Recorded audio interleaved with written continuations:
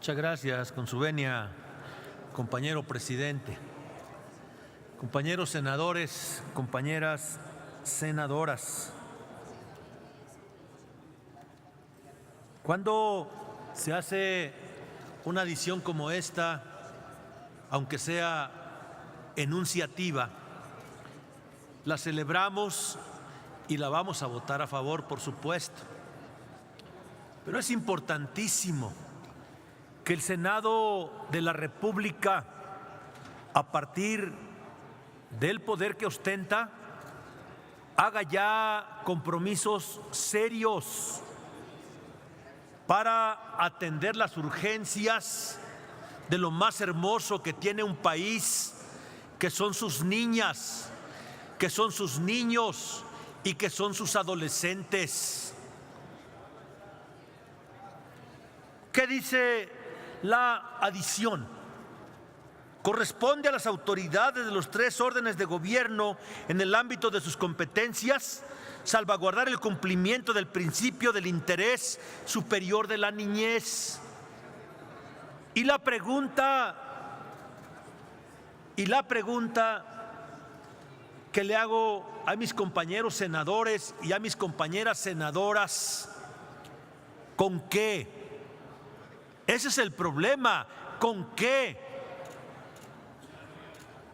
Cuando hablamos del interés superior de la niñez, nos tenemos que remitir a la ley de los derechos de las niñas, los niños y los adolescentes, y vamos a encontrar ahí una lista de sus derechos, dos que voy a tratar en este momento. Uno, el derecho a la alimentación, y que va engarzado con el derecho a la educación.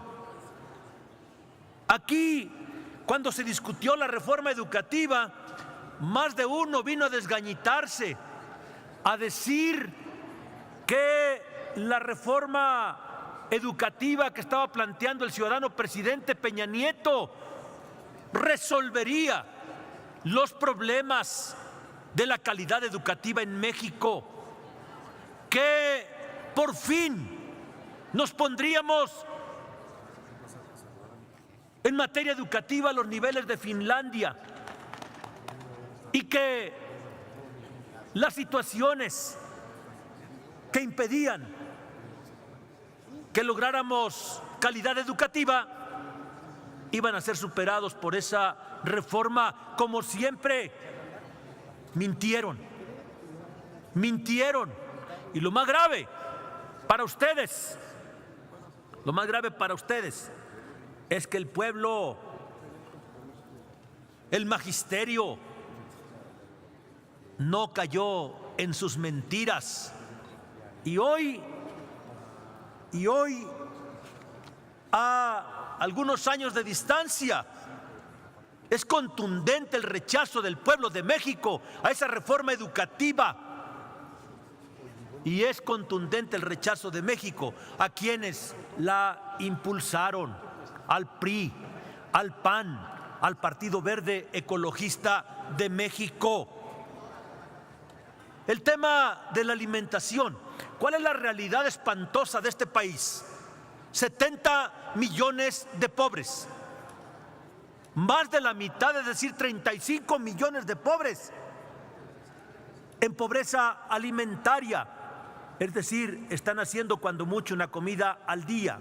De esos 35 millones, el 30% son niños. Es decir, más de 11 millones de estos infantes están haciendo cuando mucho una comida al día. El derecho fundamental de cualquier ser humano, según los sociólogos, y uno de ellos, Maslow, plantea que el derecho a la alimentación tiene que ejercerse porque es la primera necesidad que tiene que cubrir un ser humano para poder sobrevivir y entonces desarrollar y aspirar a cubrir sus otras necesidades. He escuchado algunos debates de los políticos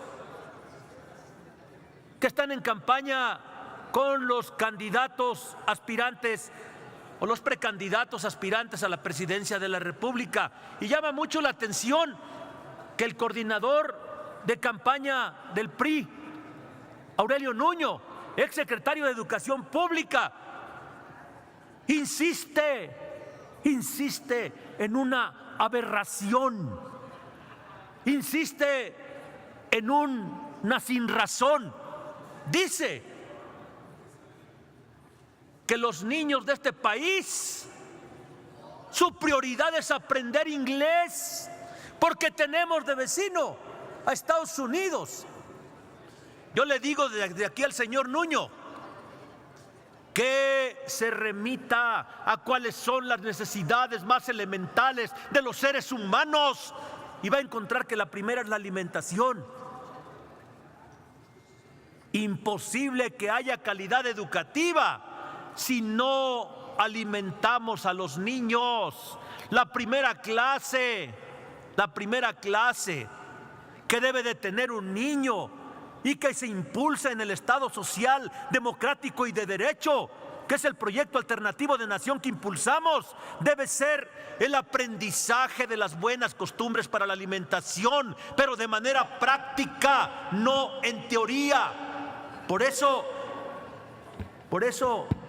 esta adición es buena, sí es buena, porque dice que las autoridades de los 3 niveles de gobierno tienen que salvaguardar los derechos de las niñas, los niños y los adolescentes, y que tienen que poner por encima el principio del interés superior de la niñez.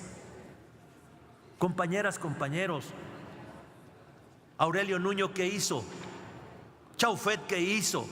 Peña Nieto, ¿qué ha hecho para salvaguardar el derecho a la alimentación de los niños y las niñas de México?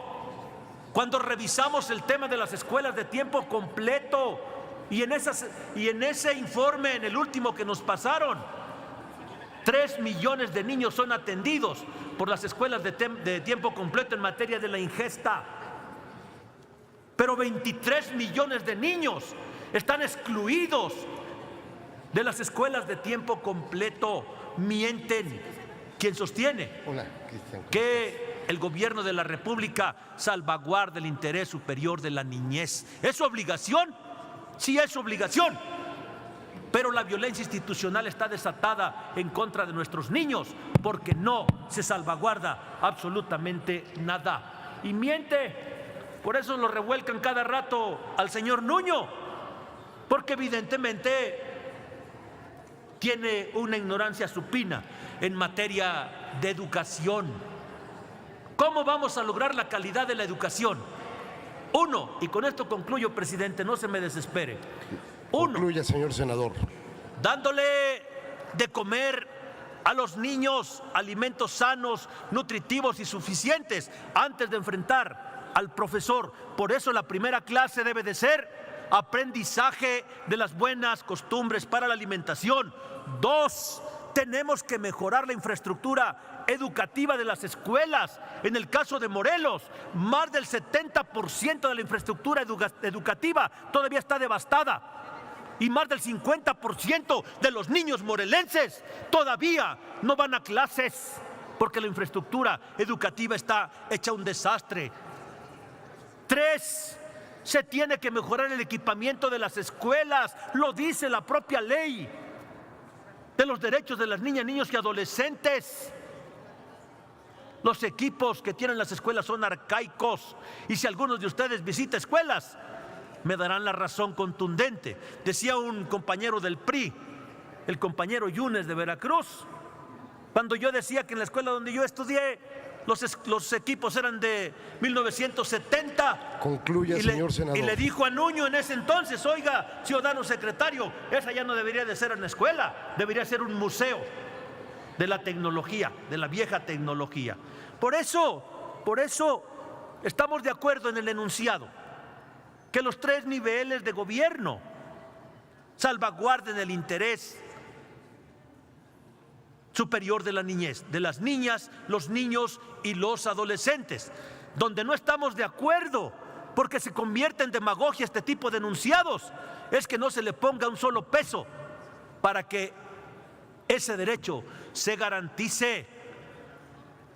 Las niñas, los niños y los adolescentes es lo más hermoso que tiene un país. Por eso este Senado ya se debe de dejar de enunciados y debe hacer compromisos concretos con ellos si queremos que México verdaderamente tenga desarrollo. Por su atención, muchas gracias y a favor del dictamen. Gracias, senador de Medellín.